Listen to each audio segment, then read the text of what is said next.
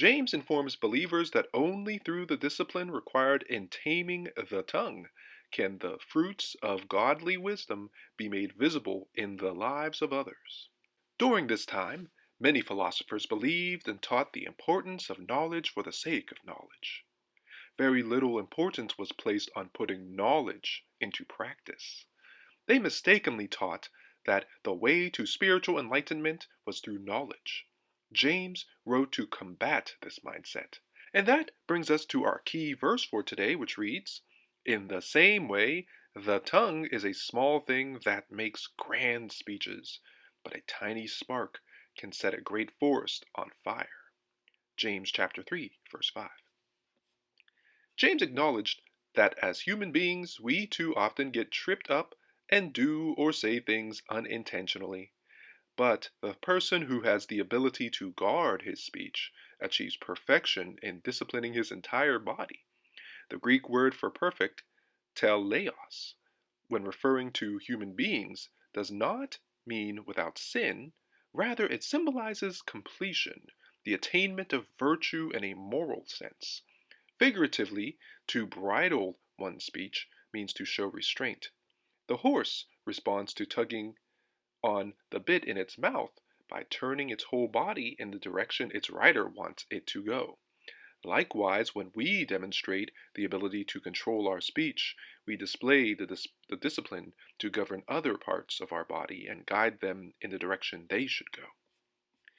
James furthers his argument on the importance of selecting teachers who have mastered the ability to guard their speech, and therefore their whole bodies, by using the example of a ship at sea being steered by something as small as a rudder. The Greek verb metago means to guide, direct, or lead over. It's similar to the horse. A large ship, which needs the power of strong winds in order to move it, is able to be steered this way or that by a relatively small rudder. James finally gets to the heart of his sermon, that something as small as the tongue can wield great power for good or evil. The forest fire metaphor is a good example of how a single spark can start a fire that can quickly burn out of control. If the right person is in control of speech, then he or she can guide others in the right way to go. Likewise, a single word by a person with no self-control can do damage that can take months or even years to repair. We might believe that James exaggerated the power of the tongue by comparing it to fires raging out of control. However, he takes very seriously the power of someone in the authority position of a teacher to do great harm if he does not have the ability to control his speech. The Greek word for mouth, stoma, refers both to the physical facial feature and to speech, especially eloquent speech. It also means the point on a sword. Metaphorically, the tongue can be a sharp sword cutting down people with insults and imprecations, or it can offer words of praise that lift up people. The notion that both virtuous and vile speech can come from the same source is anathema to James. Living water is uncontaminated and refreshing. You wouldn't want to drink from brackish water that has not been treated to remove the salty taste. James rhetorically asks whether fresh and brackish water can come from the same source, knowing that his audience, who had come in contact with both types of water, would answer no. So here's our lesson.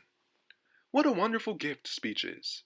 Christians have the ability to exhort, coach, and build up other believers through our speech. Similarly, our words provide the vehicle to lovingly counsel the lost and to soothe and console the suffering and bereaved. This gift of speech is most perfectly employed when we speak words of truth and witness to others of God's saving plan. We must be very careful not to abuse this wonderful gift.